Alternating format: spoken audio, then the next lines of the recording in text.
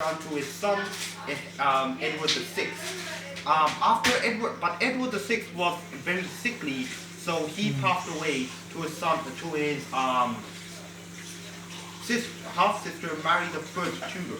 Now, Mary the First Tudor was famous for like killing every Protestant she could find. That's where the nickname Bloody Mary. Bloody Mary, yeah. Yeah, Bloody Mary came from. After Bloody Mary died, You should be in the Queen's funeral tomorrow. This is royal bloodline. So after Bloody Mary died, it went to her other half sister, Elizabeth the First of England. Now, fun fact about Elizabeth the First of England: Henry VIII had another son, but he was a bastard, meaning he didn't marry the woman, named Henry Fitzroy. Now, when Elizabeth I became queen, she thought that she could, what was it called? Succeed. No. Succession. She wanted to legitimize her succession by marrying her half-brother, Henry Fitzroy. She wanted to marry her own half-brother. Just to get on the bloodline. No, wanted to legitimize her rule, because she was a woman in a very paternalistic society. Henry Fitzroy heard that, immediately killed himself. I'm serious. He killed himself because he legit did not want to marry his half sister. You can search it up. Anyway, that's a fun fact. So after Elizabeth the First was known as the Virginal Queen because she never took any man. She never had any sons. So after it passed, so who do you think, since she had no sons, I didn't expect that. it passed down to her first cousin twice removed, or in Bengali terms, her grand-nephew, Funky. James the Sixth of England, who became James the Sixth of Scotland, who became James the First of England.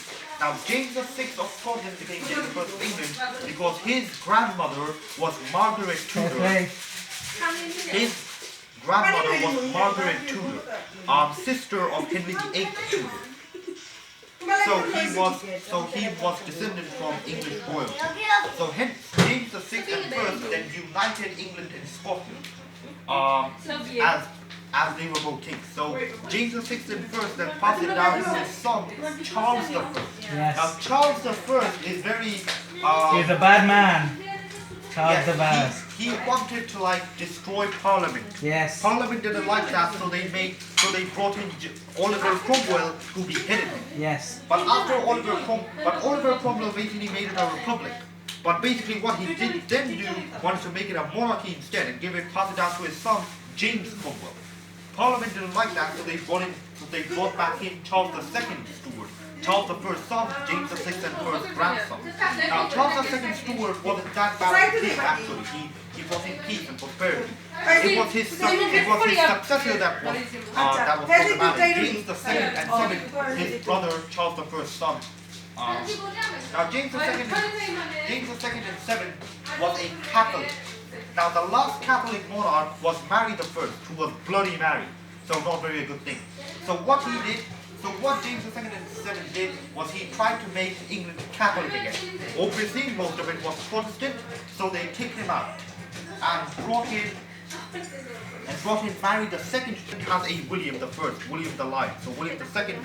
So if Prince William becomes a king tomorrow, not officially, but he'll technically be William the Fifth and Fourth because he's the fourth person in the Scottish monarchy to become William.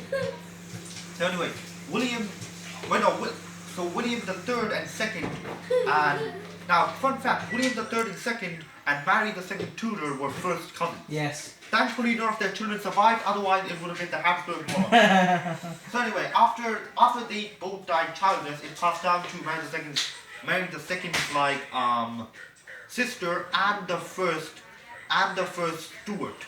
Thus bring the end to the Stuart dynasty. And the first Stuart also had no children, though for not lack of trying. Everything was she had 12 pregnancies, all of them dead. I mean miscarriages. Who did? And Stuart. Oh. Yeah. So it passed down to her second cousin, George the First Hanover. George the First Hanover was German. He didn't speak a single word of English and didn't even stay in England and only stayed in England for a single day. It then passed down to his son George the Second Hanover. There's not much known about it. I mean there is, but it wasn't particularly memorable. George